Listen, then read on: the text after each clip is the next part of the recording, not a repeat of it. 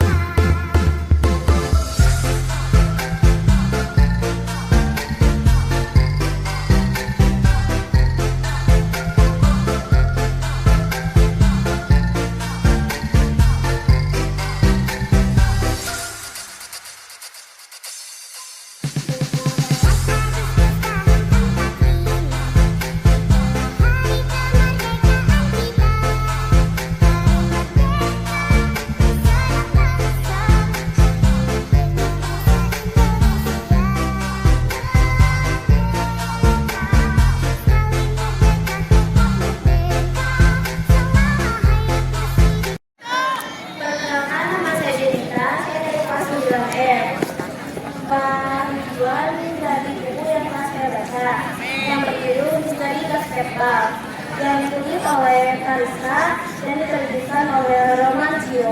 Alasan saya memilih buku ini karena saya tertarik pada satunya yang memberikan kesan seru. Buku ini menceritakan tentang seorang perempuan yang menjadi siswa baru di SMA Yunus. Dia bernama Dia.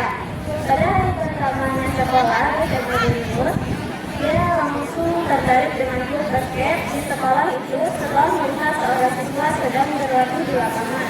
Hikmah yang saya dapat dari membaca buku ini adalah cerita nekat kita besar, namun tetapi juga bisa membawa kita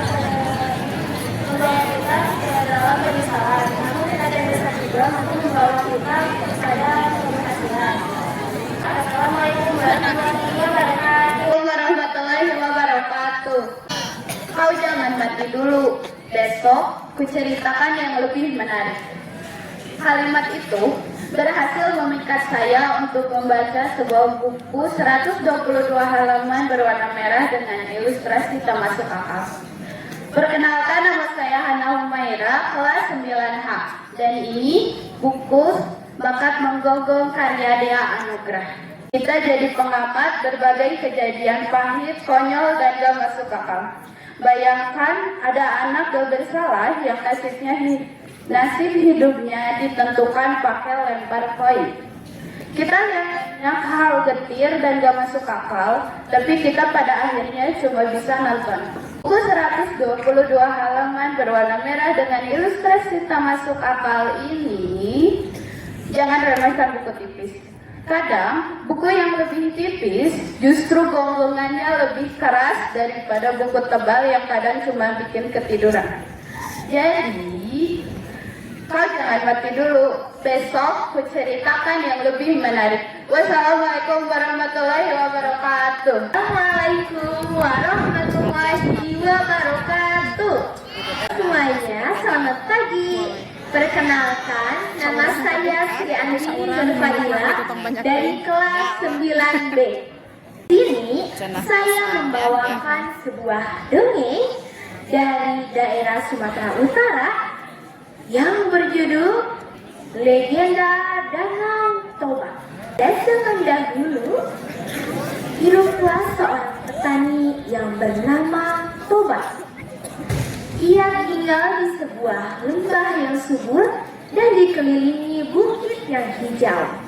Pada hari, Toba selalu bekerja keras di ladang, dan kalau sore, ia pergi ke sungai untuk memancing ikan. Suatu hari, Toba seperti biasa memancing di sungai, tapi kali ini terasa berbeda. Airnya terasa berat sekali, seolah ada yang menarik kuat-kuat.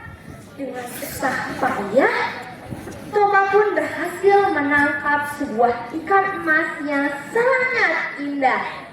Saat hendak dibawa pulang ikan itu, tiba-tiba ikan itu berubah menjadi seorang putri yang cantik. Itu pun berbicara dengan suara yang lembut. Terima kasih telah melepaskanku. Jika kamu mau, aku mau menjadi istrimu. Mereka pun menikah dan hidup bahagia.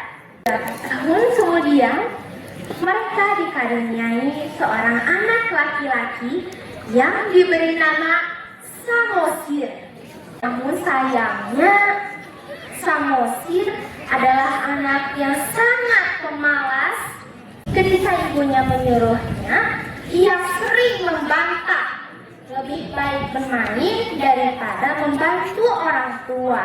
Suatu hari, ibunya Samosir menyuruhnya untuk mengantarkan bekal ke ayahnya yang sedang di ladang. Di tengah jalan, Samosir merasakan lapar. Tanpa berpikir lama, ia pun membuka bungkusan makanan itu dan memakannya sampai habis. Ayahnya Toba sangat marah dan berteriak keras kepadanya, "Dasar keturunan anak ikan!" Aku segera pulang untuk menemui ibunya di rumah dan menceritakan kepada ibunya. Ibunya sangat kecewa dan juga sangat marah karena Toba telah melanggar janjinya. Samosir pun menyuruh Samosir untuk segera lari ke bukit yang tinggi itu. Setelah melihat Samosir sudah berada di bukit yang tinggi itu, ibunya Samosir segera loncat ke dalam sungai dan berubah kembali menjadi ikan emas. Tempat mereka tinggal kini tenggelam seluruhnya oleh air. Air semakin meluas sehingga membentuk sebuah danau raksasa. Danau itu kini kita sebut sebagai Danau Toba. Nah, danau itu ada sebuah pulau yang diberi nama Pulau Samosir. Assalamualaikum warahmatullahi wabarakatuh.